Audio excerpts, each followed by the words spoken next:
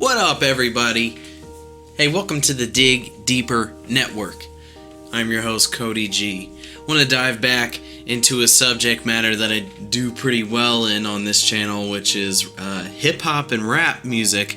I'm pretty knowledgeable in that area, so sometimes I like to cover stories relating to music, and you'll see more of that. Let me know what you think down below this video. Subscribe for more. Thanks for tuning in. Guys, if we could drop all the presidential candidates, all the people that are running, and just appoint somebody, this guy Hopsin would be the guy. He's a rapper, built his own label by the name of Funk Volume, became a multi-millionaire, and really showed people the process of utilizing social media to gain an international fan base. And now he is absolutely huge. I've been following for years now. He recently came out and told the whole world that, screw Dame Ritter, which is the manager of Funk Volume. He's also he's 50% owner with Hopsin. And so Hopsin declared that he's leaving the label. He is now running a label of some sort. It doesn't seem very firm, but it's called Undercover Prodigy.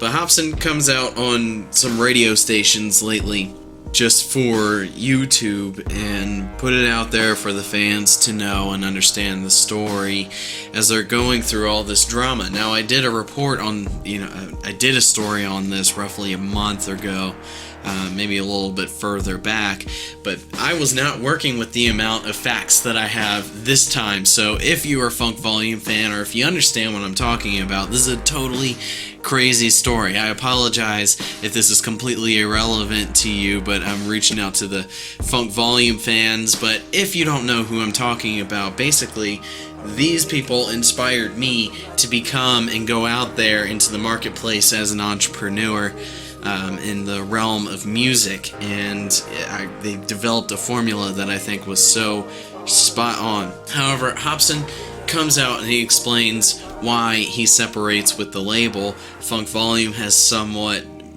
mysteriously dissolved, and we don't know where the artists are going. Now, I've been following them for such a long time that this is devastating news, and I know that it would be for the people out there that have been following Funk Volume over the years. But they're basically the best independent hip-hop group out there. I mean, they're independent artists and they operate mostly very independently.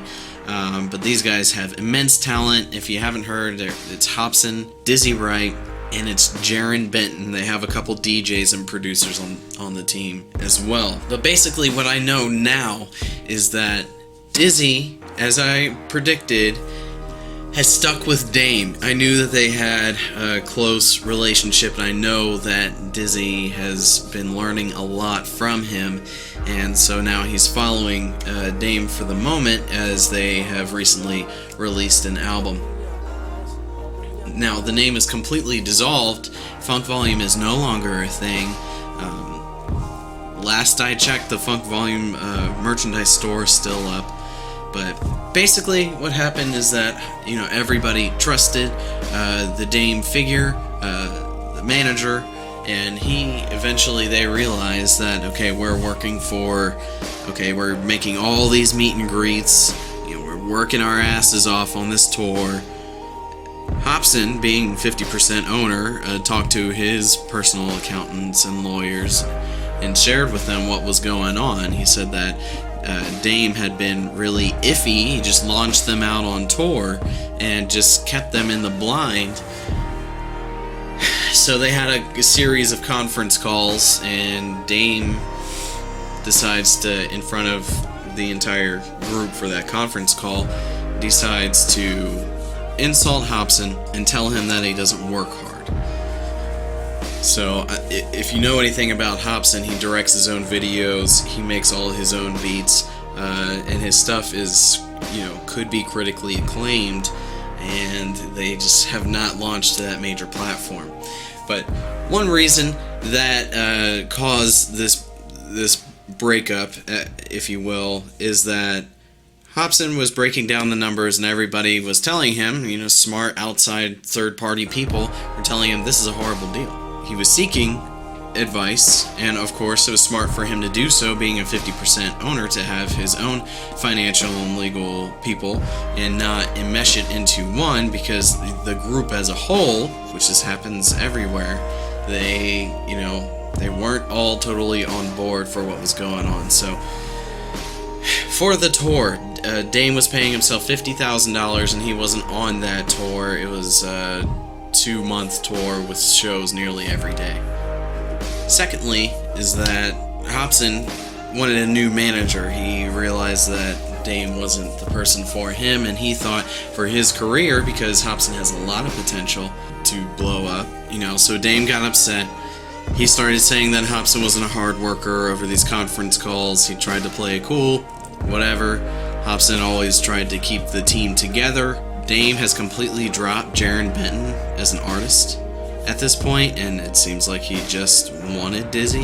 Hopsin said that it causes some friction between him and Dizzy. However, he wants the best for Dizzy, and he's hanging in there because, he finds what he's looking for in Dame. I thought that Dame was a great business person. I thought that he coordinated them. I mean, they really were a multi-million-dollar operation, and I'm sure that a good part of their success was because of his organization. To me, I'm totally siding with Hopsin. I'm excited for what he's putting out in the future. Also, if you haven't checked it out, check out the Ill Mind of Hopsin 8, where he completely details his frustrations as of late, and it's really great work.